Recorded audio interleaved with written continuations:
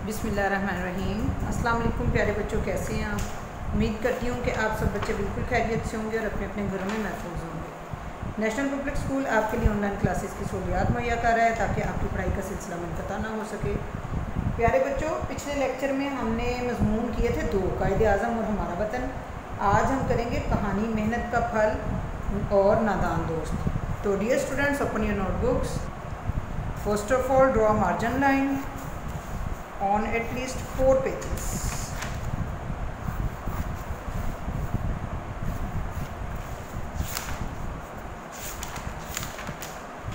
Also draw topic line.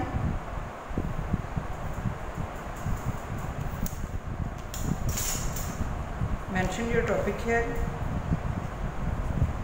कहानी मेहनत का फल।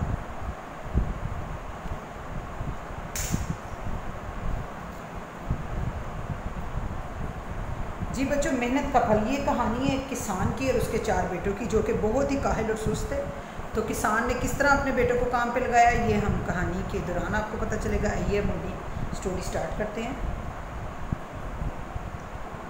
पुराने ज़माने का जिक्र है कि एक किसान के 4 बेटे थे। चारों ही सुस्त और काहिल थे।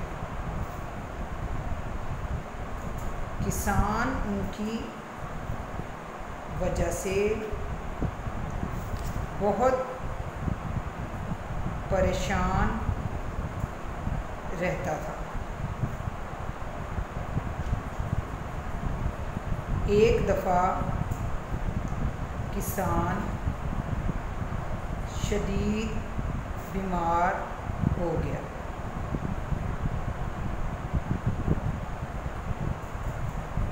उसने बीमारी की हालत में अपने बेटों को बुलाया और कहा कि मेरे बाद इत्तेफाक से रहना। मैं तुम्हारे लिए एक ख़जाना छोड़े जा रहा हूँ।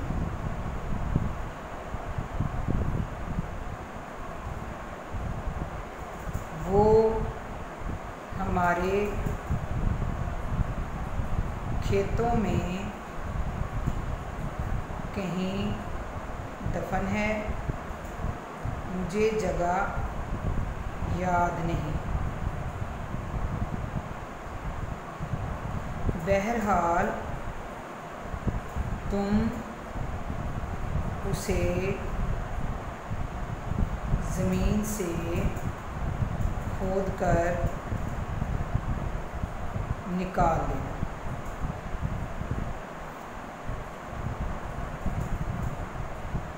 इत्तेफाक से उसी रात किसान फौत हो गया।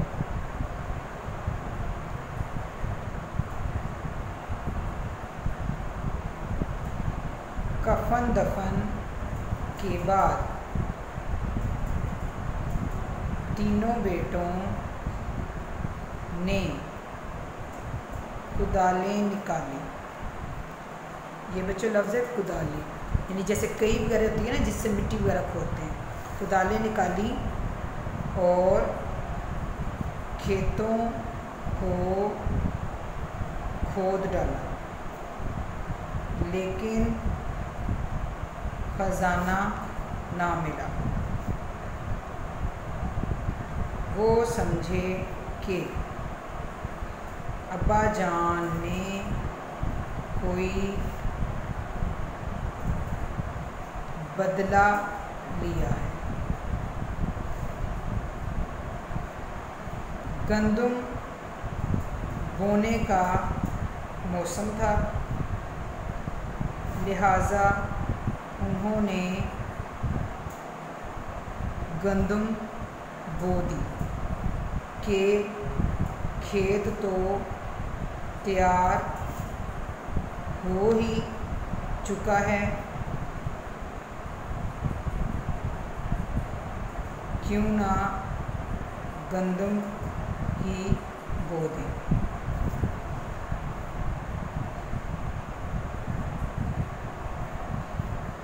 इत्तेफाक से उस साल बारिशें भी खूब हुईं और फसल पककर खूब तैयार हुई। उन्होंने उसे बेचकर खूब मुनाफा कमाया। यहाँ तक कि उनके माली हालात बदल गए। अब वो समझ गए कि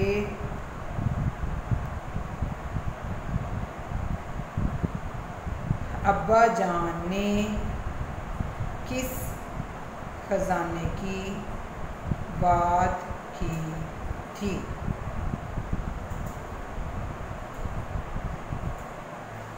नतीजा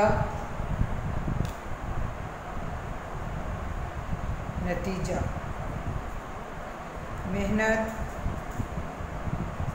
रायगा नहीं जाती।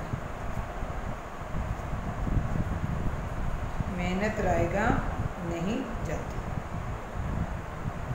चलें बच्चों, इसको स्टोरी को हम एक दफ़ा दोबारा रिपीट कर लेते हैं। मेहनत का फल। पुराने ज़माने का जिक्र है कि एक किसान के 4 बेटे थे, चारों ही सुस्त और काहिल थे। किसान उनकी वजह से बहुत परेशान रहता था। एक दफ़ा किसान शदीद बीमार हो गया। उसने बीमारी की हालत में अपने बेटों को बुलाया और कहा कि मेरे पास इत्तेफाक से रहना, मैं तुम्हारे लिए एक ख़जाना छोड़े जा रहा हूँ, वो हमारे खेतों में कहीं दफन है। मुझे जगह याद नहीं, बहरहाल तुम उससे ज़मीन से खोद कर निकाल देना। इत्तेफाक से उसी रात किसान फौत हो गया। कफन दफन के बाद तीनों बेटों ने कुदालें निकाली और खेतों को खोद डाला, लेकिन ख़जाना ना मिला। वो समझे कि अब्बा ने कोई बदला लिया है। गंदम बोने का मौसम था, लिहाजा उन्होंने गंदम बो दी कि खेत तो तैयार हो ही चुका है, क्यों ना गंदम ही बो दी जाए, हम बो दें। इत्तेफाक से उस साल बारिशें भी खूब हुई और फसल पककर खूब तैयार हुई। उन्होंने उसे बेचकर खूब मुनाफा कमाया, यहाँ तक कि उनके माली हालात बदल गए। अब वो समझ गए कि अब्बा जान ने किस खजाने की बात की थी। नतीजा मेहनत रायगा नहीं जाती। जी तो बच्चों, अब हम अगली स्टोरी शुरू करते हैं। उसके लिए हम पहले टॉपिक लाइन लगाएंगे।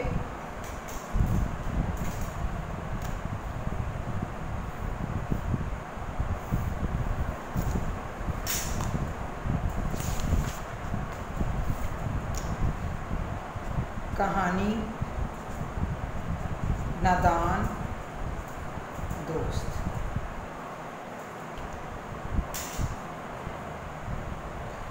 जी बच्चों, कहानी नादान दोस्त जो है वो है जी एक बंदर के, इसमें 2 करैक्टर, एक बंदर है, एक उसका मालिक है।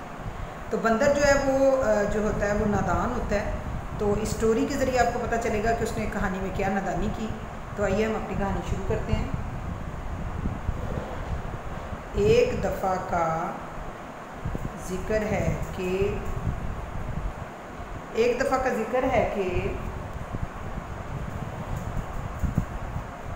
एक मुसाफिर अपने पालतू बंदर के साथ सफ़र कर रहा था। सफ़र लंबा था, लिहाजा उसने दरख्त के नीचे आराम करने का सोचा।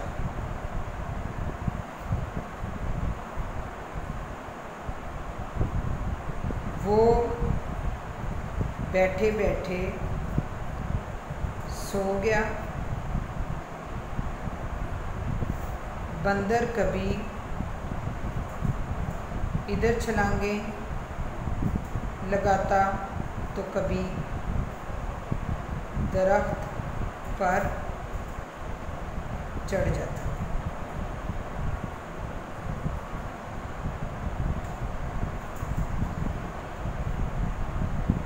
बंदर ने देखा कि एक मक्खी उसके मालिक की नाक पर बार बार बैठ रही है।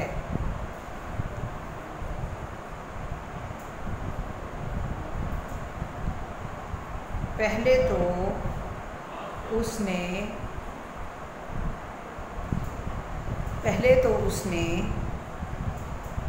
मक्खी को अपने हाथों से उड़ाने की कोशिश की। मक्खी उड़ जाती, लेकिन अगले ही लम्हे फिर से आकर नाक पर बैठ जाती।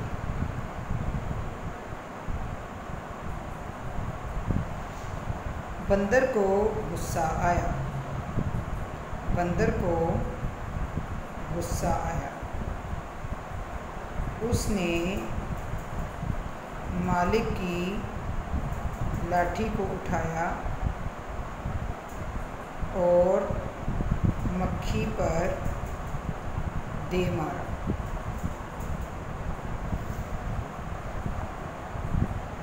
मक्खी तो लाठी लगने से पहले ही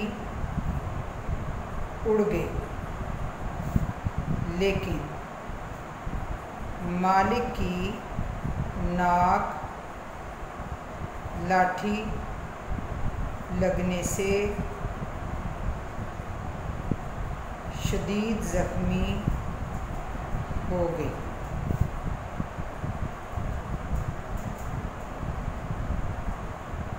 मालिक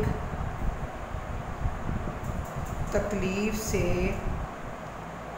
घबराता हुआ उठा तो बंदर हवा में उड़ती मक्खी पर फजूल लाठी बरसा रहा था।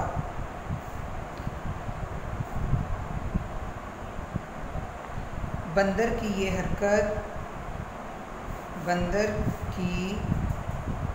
ये हरकत देखकर मुसाफिर को बहुत गुस्सा आया, मगर क्या कर सकता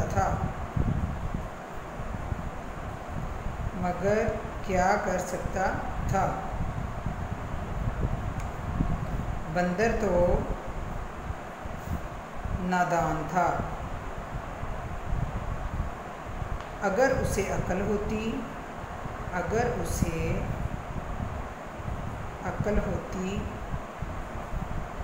तो वो अपने मालिक को ज़ख्मी ना करता।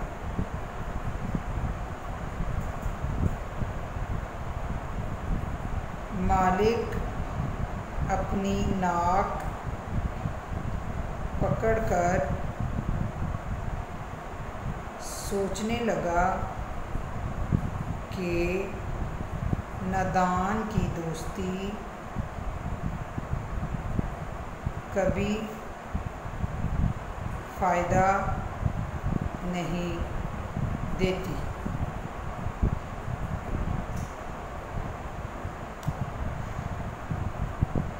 नतीजा, नादान दुश्मन से दाना दुश्मन बेहतर है। नादान दोस्त से दाना दुश्मन बेहतर है। चलिए इसको हम रिपीट कर लेते हैं। नादान दोस्त, एक दफ़ा का जिक्र है कि एक मुसाफिर अपने पालतू बंदर के साथ सफ़र कर रहा था। सफ़र लंबा था, लिहाजा उसने दरख्त के नीचे आराम करने का सोचा। वो बैठे बैठे सो गया। बंदर कभी इधर छलांगे लगाता तो कभी दरख्त पर चढ़ जाता। बंदर ने देखा कि एक मक्खी उसके मालिक की नाक पर बार बार बैठ रही है। पहले तो उसने मक्खी को अपने हाथों से उड़ाने की कोशिश की। मक्खी उड़ जाती, लेकिन अगले ही लम्हे फिर आकर नाक पर बैठ जाती। बंदर को गुस्सा आया। उसने मालिक की लाठी को उठाया और मक्खी पर दे मारा। मक्खी तो लाठी लगने से पहले ही उड़ गई, लेकिन मालिक की नाक लाठी लगने से शदीद जख्मी हो गई। मालिक तकलीफ से घबराता हुआ उठा तो बंदर हवा में उड़ती हुई मक्खी पर फजूल लाठी बरसा रहा था। बंदर की यह हरकत देखकर मुसाफिर को बहुत गुस्सा आया, मगर क्या कर सकता था, बंदर तो नादान था।